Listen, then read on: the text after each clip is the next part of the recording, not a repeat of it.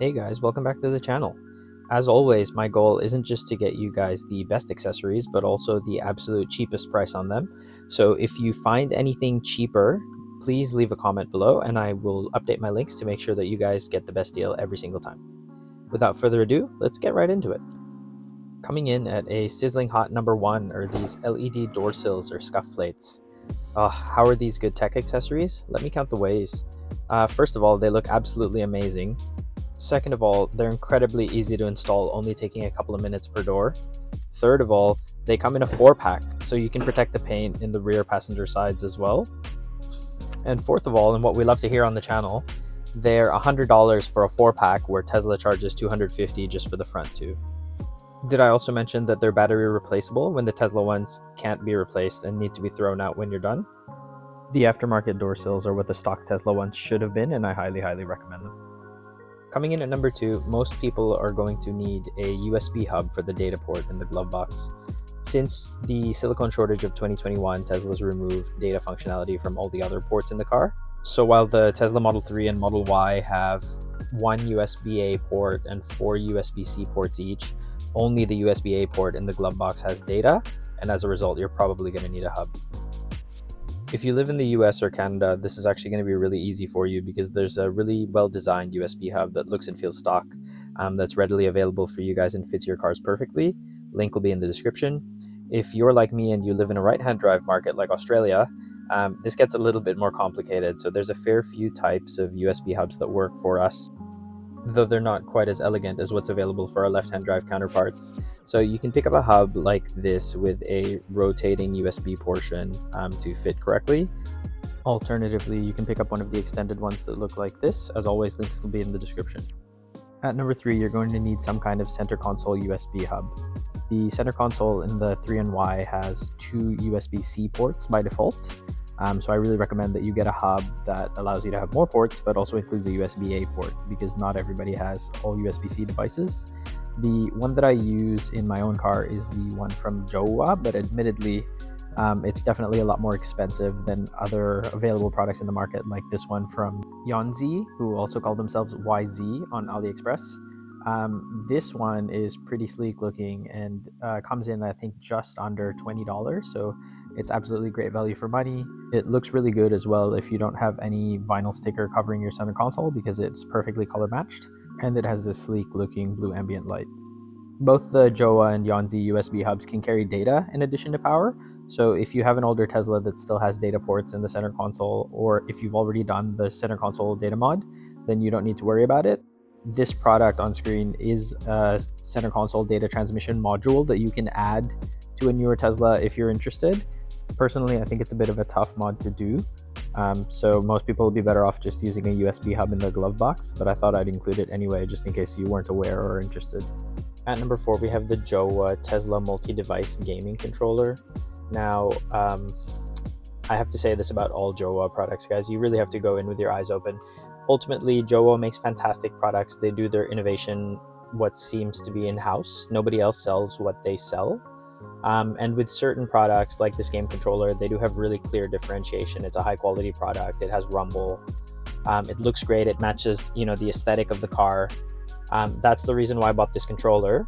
But it has to be said that if you hop on AliExpress, there are alternative controllers that work, pretty much just as well at a fraction of the cost. I think a quarter of the cost.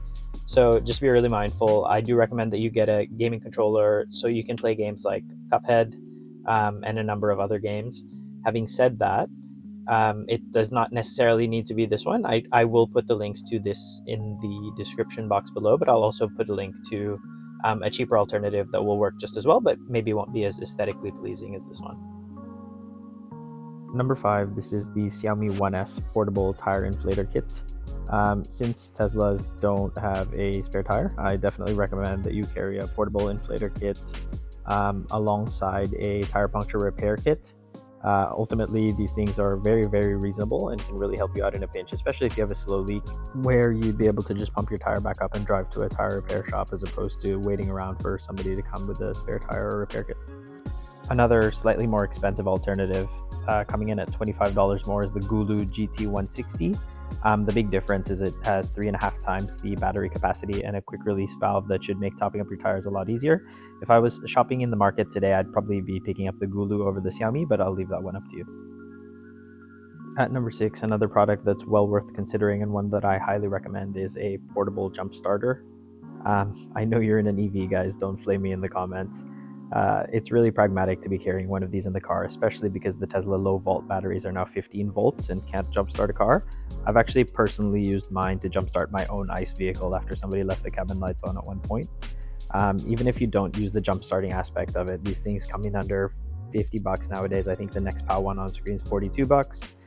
And you can always use it as a power bank and a flashlight as well, so it's one of those things that's well worth carrying and will definitely come in handy at one point. All of these things fit really neatly in one of the side buckets with a lot of room to spare, so not too heavy, very portable bunch of items that really should be in every Tesla. I personally keep a little Jowua toolkit in there as well for good measure, but not adding that to the list today because, to be honest with you guys, I haven't really used it yet. At number 7, guys, admittedly, we're moving a little bit away from the absolute must-haves toward the nice-to-haves. And this rear multifunction display is something that I highly advocate for.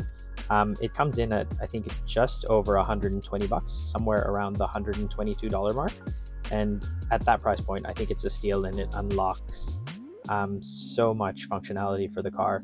It's one of those things that I think really should have been OEM, and admittedly, it's not going to be something for everyone, but I think a whole lot of people would benefit from having one in the back of the car. So this is the default view that it goes into after 20 seconds after boot up. This is the screensaver mode, and you can toggle between different clocks and change the look a little bit. Ultimately, what this allows you to do is change the fan speed, climate, volume, turn on all 3 seat heaters at the back, and also move the passenger seat forward and back just to help you out if you're loading in large cargo, putting in a child seat, taking a baby in and out, that sort of thing. Very handy for the price. It's a 10-minute install. I think it's fully reversible. It's something that a whole lot of people I think would really benefit from, so highly recommend having it.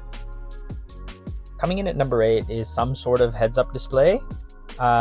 If you drive an ICE car on occasion and then switch back to your Tesla, or if you have another driver that occasionally drives your Tesla, having a HUD really just helps with that transition so much. I understand that this may not be one for everyone. If you exclusively drive your Tesla, if you've already adjusted to having the speedo on the main display in the center of the car, that's totally fine. But for a whole lot of people that happen to share these cars, or if you're just having a hard time adjusting yourself, putting in a HUD is such a quick and easy and very reasonable thing to do price-wise that it doesn't really make sense to try to avoid it.